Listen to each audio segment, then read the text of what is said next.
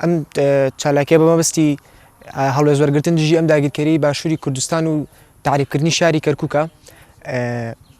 داواکاریم لە تەواوی گەنجانی باشوور هەیە، بە تایبەتی شاری کەرکووک کە بەشداری قەڵغانی زیندوو ببن، چونکە ئەمە وەک وەڵام دەرەوەیە کە بێ دژی ئەم داگیرکاری سەرخاکی باشوور و بە تایبەتی کەرکووک، چونکە لە ئێستادا لە ڕۆژی کەرکووک ڕۆژێکی باش نییە تعریفکردن بەڕێوە دەچێت.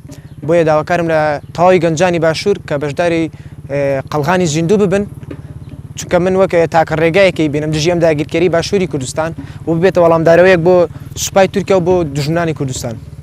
لۆ چارچێوەشە بێدەنگی حکوومەتی هەرێمی کوردستان تەواو شەرمەزارەکەم کە نۆکەری خۆیان دووبارەیەکەنەوە کە دژی ئەم داگیرکەریە بە هیچ شێوازێک ناوەستنەوە، کە هیچ هەڵوێستێکیان نییە بگرە نۆکەری بۆ داگیرکەری کوردستانەکەن، بە تایبەتی هەردوو حکوومەتی پارتی و یەکێتی کە لە چەندها ساڵ پێشتەوە تاکو ئەم کاتێ ئێستا درێژیان بەم نۆکەرێتی خۆیاندا بۆ دژمنان، هیچ هەڵوێستێکیان نییە کە تۆ ڕۆژانە وڵاتەکەت ڕۆژانە هەرێمەکەی تۆ بردومان نەکرێت لەلایەن دەوڵەتی تورکیاوە و بێهەڵوێستی تۆش ئەوە گەینە کە تۆ نۆکەری ئەو دەوڵەتەی یان کاربەدەستی ئەو دەوڵەتەیت.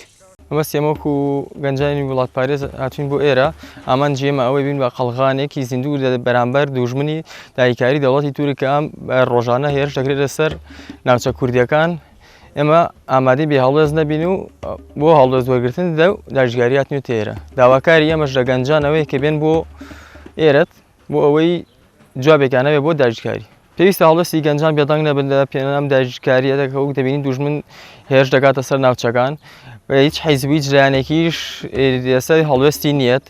ئەم هێرشە تەنها بۆ سەر قەندی تەنها بۆ سەر پەکەکە نییە، ئەمە بۆ تەواوی باشووری کوردستانە، بۆیە دەبێت باشووری کوردستان و ناوچەکانی تریش بێ هەڵوێز نەبن، بۆیە بین هەڵوێستی خۆمان وەرگرین. وەڵای ئەمە پیان دەڵێن کە خۆیان ئاگادارن کە ئەمە ماوەیەکی دەمێکە دەوڵەتی تورک داگیرکاری و ناوچەکانی کوردستان بڕیوە، داواکاری لیان بێدەنگ نەبن و جوابیان هەبێت بوو.